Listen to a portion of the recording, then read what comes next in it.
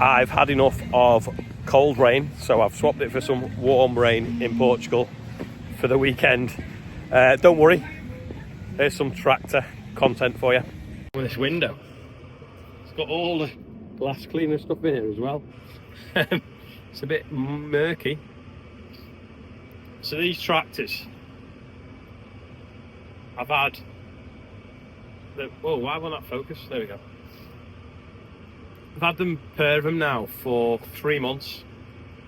I think I'll give you a little bit of a review as to what I've found and what I've not found, what I like about them. So first off, can you hear that? That is the air conditioning fan. So you can turn it down low, but it is the loudest thing in the cab, even over the engine. You can barely hear the engine, so don't like that. The other thing I don't like is this. It is absolutely massive. It is not a bus. It's got power steering. It could be that big, like on a Valtra, a lot smaller. I will have a look how big the Valtra steering wheel is in a minute, but I don't see why it needs to be that big.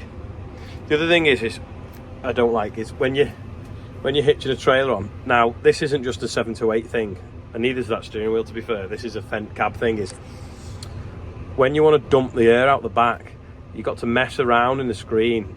Not the air, sorry, the hydraulics on the back. And you've got to find the button, which, to be honest, I'm not sure where it is, to dump the hydraulic pressure so that you can plug hydraulic brakes in and unplug hydraulic brakes in, which is a faff when they used to just have a button here that you pressed as you got out the cab.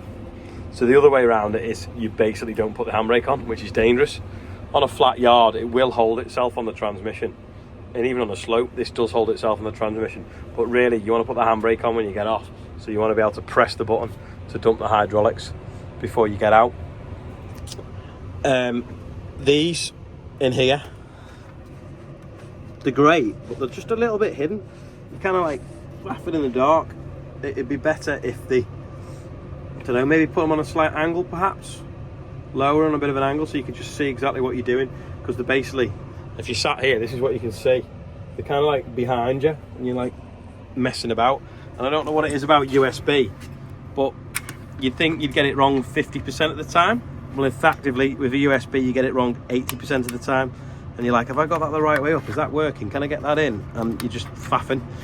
So yeah, that's just a little touch there that they could maybe change. I think they should have some sort of like basket here that you can put like the CB in, or just even just drop your phone in, because you kind of find that you've got it under here and then it's a little bit out of sight. So if you've not got it on big loud ringer, you don't know whether it's ringing. And if you put it in there, it's a bit faffy putting in, because these clips push on the side buttons of your phone, which aren't ideal. So that it's good because you can see it, and if you've got sat nav, it's great. But if you're just hopping in and out all the time, clipping in and out is a bit of a pain in the bum. Whereas if you just had something you could drop it in, it'd be a lot handier. Otherwise, everything else in the cab, I'm happy with. As from the outside, no real complaints at all. I'm glad that they've now gone to a full-size ball on the front of the linkage, because it used to be a small one and it used to be hard work keeping them separate. Annoyingly, the Valtra that used to be a big one has now gone to a small ball, so maybe we should change the end so it's a bit more interchangeable. Nothing to report at all. I mean, the toolbox isn't on at the moment, it's in a workshop from when it was at a show the other week. But the toolbox adequate. The other one's adequate underneath, because it's actually got one here and another one inside there. This is a bit annoying because that little plastic thing falls out if you shut it wrong. But yeah, I'm pleased with them. They're quick on the road, seem to be fuel efficient, seem to be very powerful. Not noticed any power drop, even though it's technically 60 horsepower less than the 936, and of course 160 horsepower more than the 724.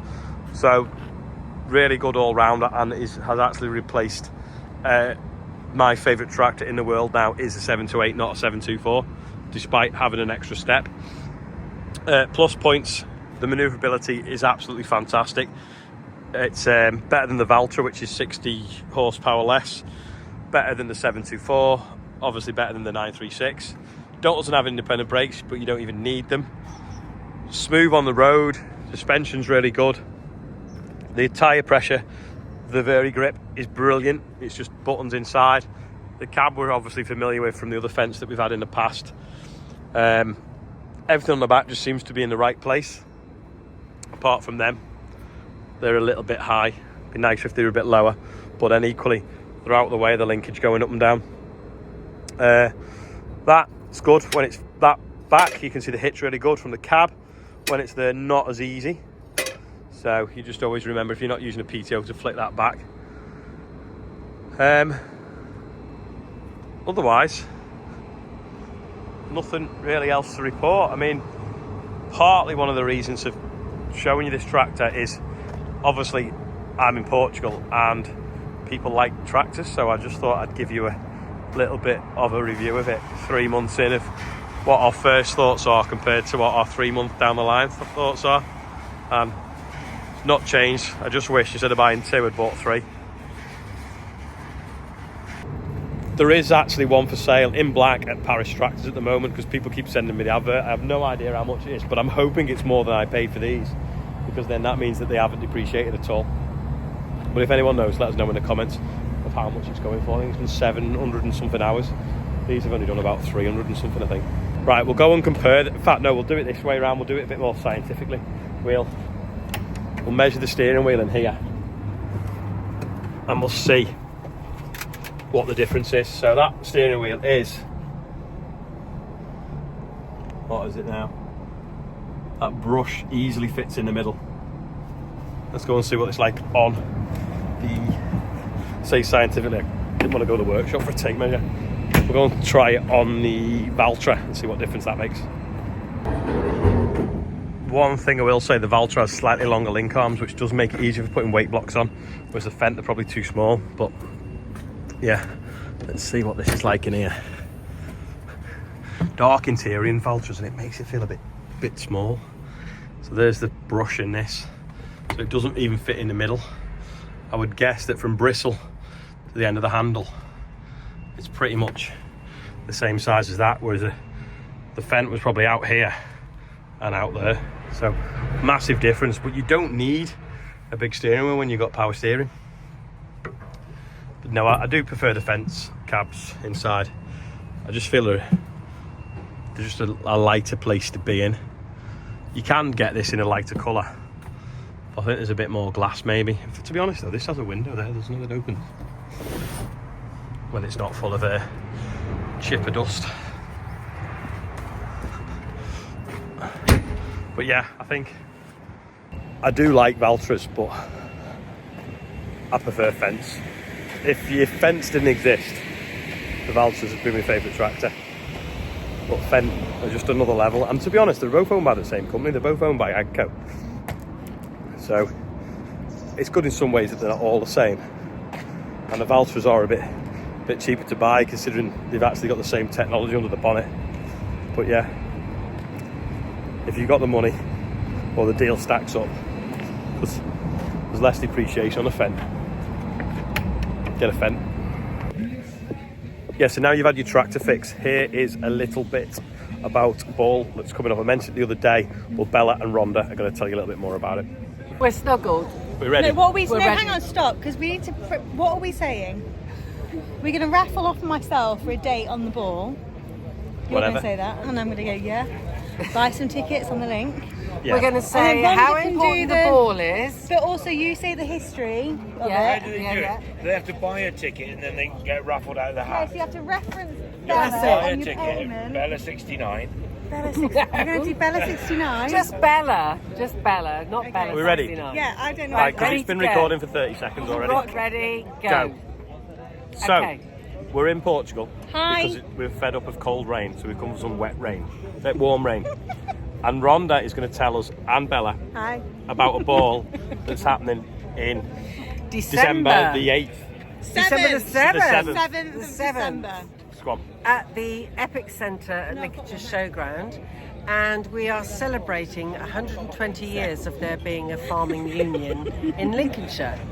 And the importance of being in a farming union's never been more important than now. Look at our but we want it to be a good ball. We don't want it to be a boring one. It's going to be It's going to be an epic ball. awesome. Champagne reception. We've got all local produce coming. Beef supplier, vegetables, potatoes. We've got a band. We've got a music on the casino. night. We've got a We've casino. got a Who casino. loves a bit of casino? There's going to be tractors there. There will be tractors there because we're being supported. There'll be just some John Deere tractors out the front. Yes, We'll get some fence there. It's a swanky Christmas party, basically. On the 7th of December. 7th December, yeah. The most important thing is we are raising money for the Links Rural Support Network and Links Rural Agricultural Chaplaincy, and they've never been more needed. So please, please, please buy a ticket. And as a special thing, Right, so if you You've buy a bottled ticket, it now. I've bottled it. If you buy a ticket now, please reference Bella, and we will be putting your booking forms into a lucky draw, and that lucky person will be taking me to the ball for the night, date night. yeah, because she's looking for a guy in farming or finance. And Yeah. they can choose her outfit. Oh yes, you can also choose my outfit. So get booking tickets. So the link is below. Looking for a guy in farm. Yes, if you want a ticket, get involved. We're going to quickly do the birthdays. So the first one we've got is Matt Wiley Wiley. Happy birthday. and Matthew Walker. For birthday, he's age 6 today and he's having a party with his friends Reese, Dylan, Charlie, and brother Jacob. Happy birthday! Happy birthday, Karen Freeman, 48. And happy birthday, Zach Jemison is 3 today. Why do I get the difficult ones? Yeah. And Toby Cooper, happy birthday.